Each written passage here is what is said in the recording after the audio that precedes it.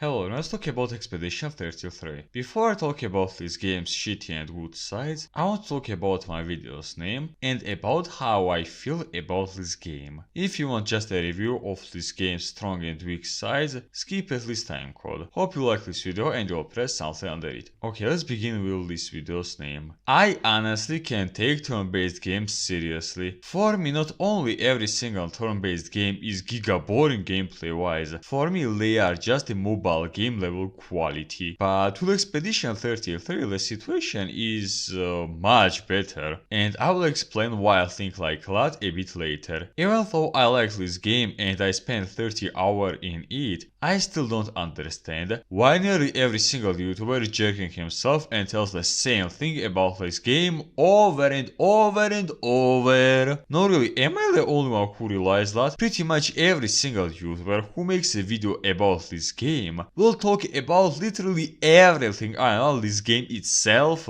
They all say that gaming companies told us that turn-based games are dead. A group of 30 random no-names made this fantastic bombastic game.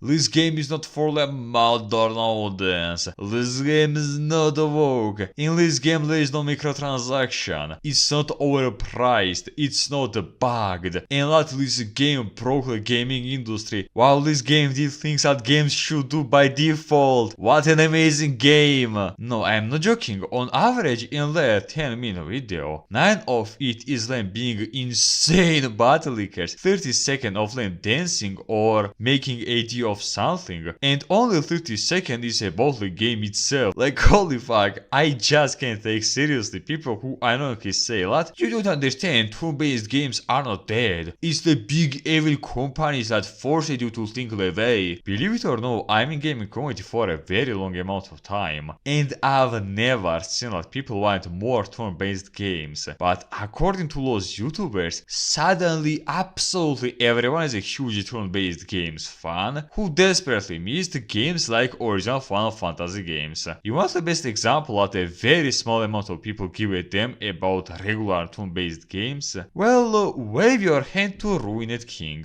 It is also a turn-based game with interesting story, interesting characters, decent graphic, Hades level graphic, okay, and decent music. But guess what? It was nowhere close to be as popular as Expedition. Like nowhere close. You might be confused and don't understand why one is so popular, while other is pretty much forgotten. Gee, I wonder what is the difference between these turn-based games. Gee, I wonder what. The same thing can be said about Baldur's Gate 3. Even though it was a huge success, you have to realize the one very important thing. No one give a damn about this game being a turn-based game. People like this game because of its insane replay value, because of its high detalization, because of interesting characters and story, because almost every single of your decision mattered, and of course because you could have Shreks with a bear. Absolutely no one give a damn about Baldur's Gate's turn-based combat. So all those people who say that people desperately want more turn-based games need to wake up from their imaginary world and come back to reality world. People want more good games, not more turn-based games.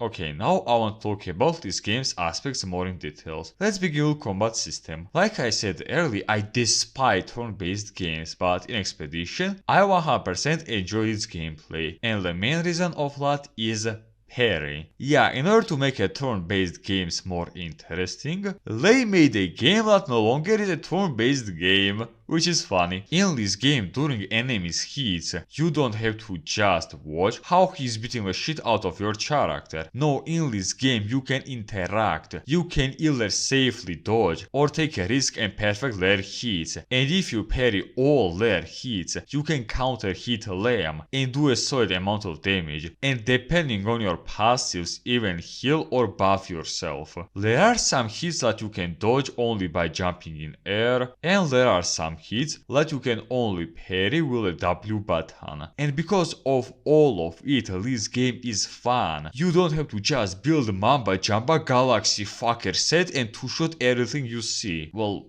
To be fair, yeah, you can still do it, but still. If you don't watch YouTube tutorials or max out Mael, this game is more skilled based than numbers based. Plus, it's very interactive. You constantly are doing something. You constantly have to be vigilant, otherwise you will die. And honestly, this is a very good thing. And I will say this much. If you never played turn-based games, Expedition is a perfect game to start playing turn-based games. Yeah, after this game, other turn-based games will be pretty boring, but still. In this game, you have many different spells and passives, and you can be very creative at using them. For example, these are my characters and my build after fighting Simon. In 2 words, I will say this much. I never ever once got bored with this game's combat system, and also it's the best turn-based game combat-wise, simply because it's no longer a turn-based game. Now I want to talk about this game's shitty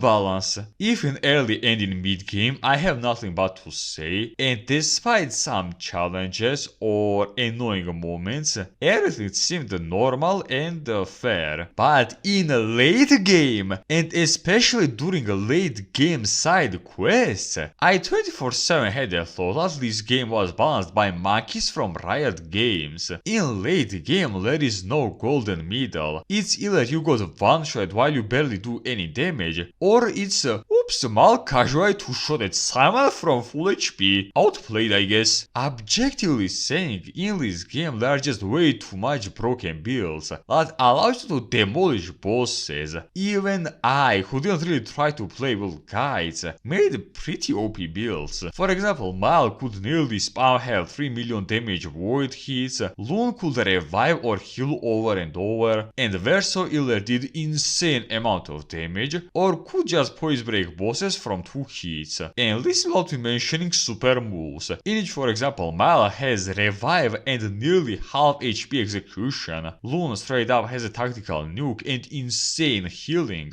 and Verso has a very high amount of damage and mark, which allows to hit bosses even harder. And because of all these insane buffs, devs just had to give late game bosses, especially in side quests, just absurdly high amount of health. And because of that, you pretty much have the average Elden Ring side quest boss experience. Either oops, I devoured this boss alive, or oh, Lampman can one-shot my entire squad with his holy sword while I barely do damage, even if all 3 of my characters do counter hit. Nice! Like I said earlier, in main game everything is plus minus okay, but in late game and especially in side quests, yeah. Also, is it just me or is Mal just unjustifiably broken? Yeah, other characters are also pretty strong, but Mael, holy shit, it's just not even funny how broken is she. A character who can casually 2-shot the tankiest boss in this game will correct the build. Yeah, I know that lore and story-wise she is basically a goddess, but come on, it's just not even funny. I, while had just okay build on Mael, will help of Verso's buffs, could casually do 3 million damage to bosses, and let's say how it is, that's not the most healthy balance. Let's talk about this game's visual and music. I'll say this much, holy moly, the music in this game is just fantastic.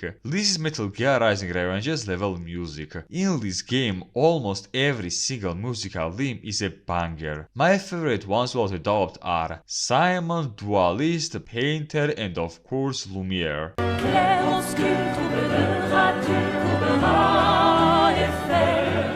Visually, this game is also very good, both during boss fights and generally speaking, this graphic is very solid. Visually, my favorite moment without a doubt was the boss fight with Paintress, when she straight up split reality, and from this split reality some projectiles hit you. That looked so cool. I won't talk much about it, because it would be just me yapping with a bunch of smart words that both I and you don't know what means. But in 2 words, visual and especially music wise, this game is fantastic and there is no two opinion about that. And if this game won't win a reward for the best music of the year, well, I have no more hope for humanity. Now I want to talk about boss fights. Well, boss situation is a bit weird. I'll say this much. Half of main game's boss fights in this game are annoying or garbage. For example, Francois, Phase 1 of Mask, Borgian, Gross Tete, Sprong, Creation, and many more. There are some debatable bosses, for example Lampmaster, who can casually one-shot your entire squad with his holy sword,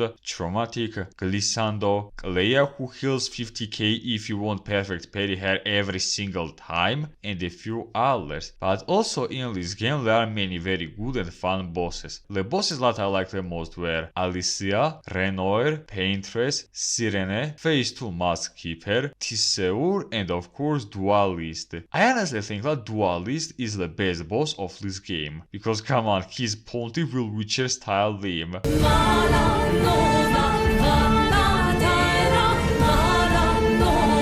Plus he has very cool moveset, and during his fight with him, you won't be super under level or over level for him.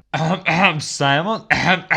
By the way, about Simon. Fuck Simon. I don't care what anyone will say. Fuck this garbage boss. Either you activate your inner Ungbal and absolutely fantastically perfectly parry absolutely every single of his hit, or he will one-shot you over and over. Like, that's not the most fun thing to do. There are too many shitty moments of this game's bosses. First of all, there are only 8 unique bosses in this game, which is not cool at all. Now my second and biggest problem outside of their to-do balance. In the main game there are very small amount of interesting bosses. The only somewhat interesting ones are Dualist, Phase 2 of Mask, Sirene, Renoir, Paintress, and I would say Lampman if you dodge this dumb one-shot holy sword. And because of that, if you play just the main game, you'll be pretty disappointed of this game's bosses, because the most interesting bosses moveset wise, and not the I will spam one or two move until you die, are in a late game and are hidden in the deepest asses of this game. Say hello to Alicia or Clea, who is guarded by 4 pretty challenging bosses who have pretty high stats. In 2 words, I will say this much. All bosses with cutscene except for Simon are top tier, while the bosses without cutscene most of the time are your average Elden Ring bosses level quality, aka basic mobs with insane health bar. Now I want to talk about story and characters. First let's begin with story. I like this game's story until one moment. In Act 1 and Act 2, I like this story very much. It was a very simple and easy understandable story with interesting characters. In 2 words, each year that people reach a specific age die, and our main character Gustav thought that it's better to join expedition than wait until he will disappear in a year. As soon as people dropped on the beach, they met an old man, which by this word's logic was impossible, and 2 seconds later this old man one-shot almost everyone. Gustav at the end of Act 1 also dies, on which I'll talk about a bit later. And at the end of Act 2, we finally killed Paintress, we avenged Gustav, we stopped goddess of this game, but after that everyone will disappear and Mal becomes a goddess, and after that a very understandable and easy to follow story became a random mamba jamba. What the hell is going on? I didn't skip any cutscene, but I was so lost, it's not even funny. Yeah, I had my own guesses, and after a small research, as it appeared I was true, and this story is just isekai with family trauma. But even though it's very subjective,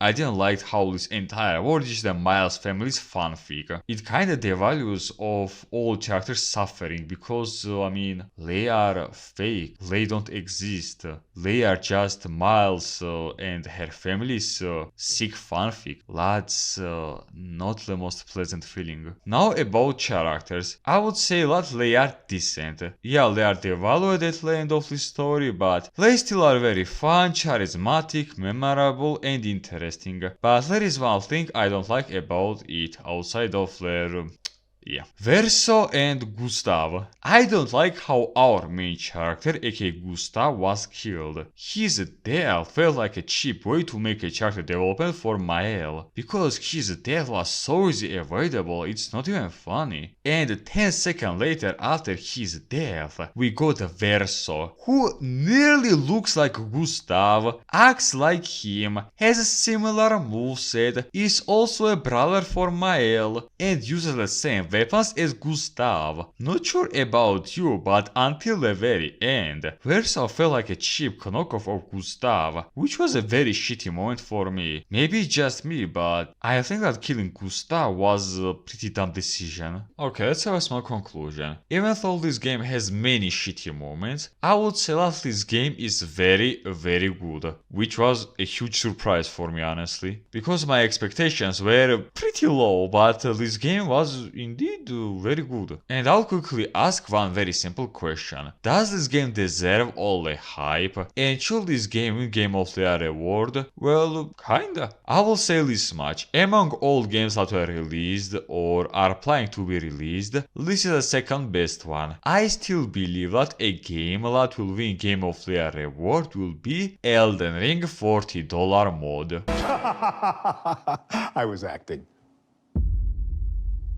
Or was I?